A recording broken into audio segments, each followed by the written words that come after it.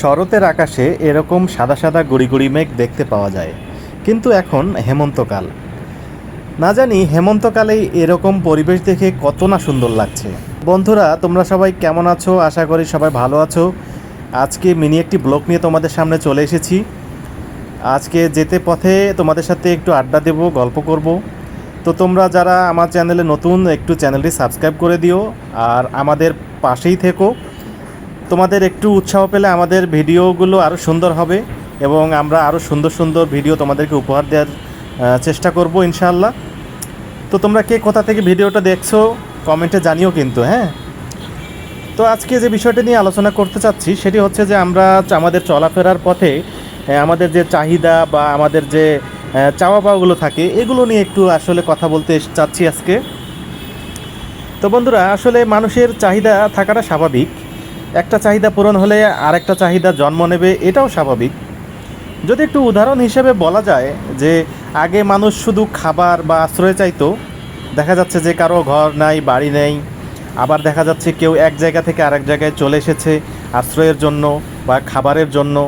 এরকম হয়ে থাকে আমাদের চারপাশে। গরিব, দুঃখী, অসহায়, দরিদ্র অনেক ধরনের মানুষ বসবাস করে। সবাইকে নিয়েই তো আমাদের সমাজ। তো আমরা যেটা বলতে চাচ্ছি যে আগের মানুষের চাহিদা ছিল, আজ থেকে প্রায় 40-50 বছর আগে মানুষের শুধু চাহিদা ছিল যে খাবার বা আশ্রয়, ব্যাস এইটুকুতেই তাদের মানে চলে যেত। কিন্তু বর্তমানে এই চাহিদার ধারাবাহিকতা এগোতে এগোতে এমন হয়ে গেছে যে এখন মানুষ আরামদায়ক জীবন চাওয়া শুরু করছে। এরপরে আবার বর্তমানে এতটাই বেড়ে গেছে যে প্রযুক্তি বিলাসিতা নিয়ে মানুষের একদম মাথা ব্যথা শুরু হয়ে গেছে।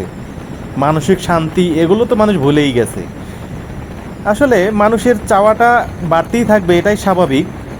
চাওয়াটা খারাপ নয়, কারণ এই চাহিদা মানুষকে উন্নতি করতে শেখায়, নতুন কিছু উদ্ভাবন করতে শেখায় এবং সমাজকে এগিয়ে নেওয়ার জন্য চাহিদা থাকাটা খুবই গুরুত্বপূর্ণ আমি মনে করি।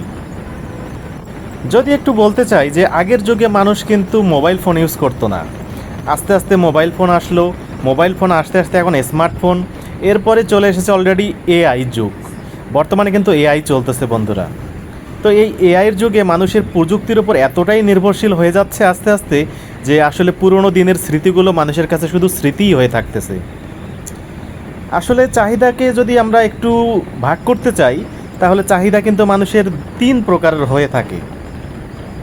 যেমন ধরো বেসিক নিডস বা প্রাথমিক চাহিদা। প্রাথমিক চাহিদাগুলো কি হতে পারে একটু চিন্তা করে দেখো তো। প্রাথমিক চাহিদাগুলো হচ্ছে মানুষের খাদ্য, বস্ত্র, বাসস্থান, শিক্ষা, চিকিৎসা। এগুলো কিন্তু মানুষের একদম প্রয়োজনীয়, নিত্য প্রয়োজনীয়। এগুলোকে আমরা প্রাথমিক চাহিদা হিসেবে গণ্য করতেছি। এরপরে যদি আমরা যাই সেকেন্ডারি নিডস বা গৌণ চাহিদা, এটাকে আসলে এভাবে বলা যায় যে জীবনকে আরামদায়ক ও উন্নত করার জন্য প্রয়োজন হয় গৌণ চাহিদা। যেমন একটা বাসায় ফ্রিজ থাকতে হবে, টিভি থাকতে হবে, একটা মানুষের হাতে স্মার্টফোন থাকতে হবে, তার একটা বাইক বা একটা প্রাইভেট কার থাকতে হবে। এগুলো হচ্ছে গৌণ চাহিদা বা বিলাসিতা যেটাকে আমরা বলি। আসলে সবার কিন্তু এই চাহিদা পূরণ করার সামর্থ্য নেই। তারপরও বর্তমান যুগে দেখা গেছে যে অনেক গরিবরাও আছে, তাদের বাসায় স্মার্টফোন আছে, টিভি আছে, ফ্রিজ আছে। বর্তমানে কিন্তু এগুলো প্রায় সব বাসাতেই থাকে।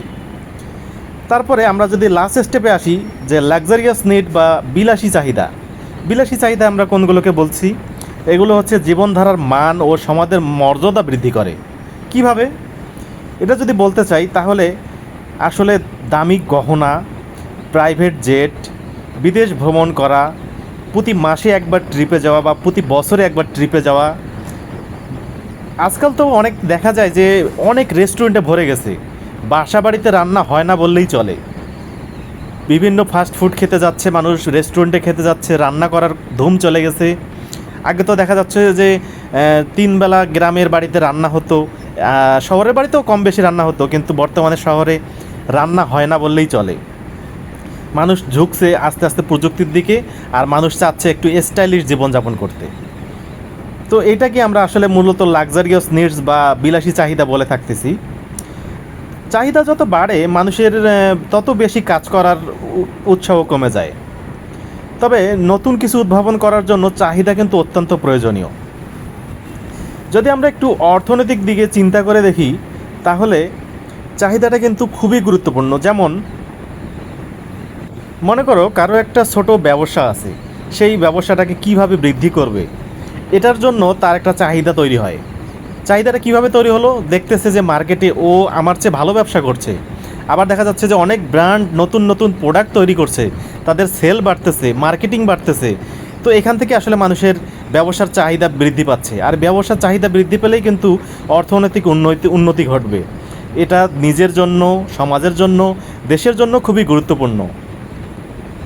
যখন আমাদের উন্নতি হচ্ছে বা আমাদের অর্থনৈতিক চাহিদা পূরণ হচ্ছে, বৃদ্ধি পাচ্ছে, তখন কিন্তু আমাদের সর্বপ্রথম মাথায় চলে আসতেছে নিরাপত্তার চাহিদা বা সেফটি নিডস।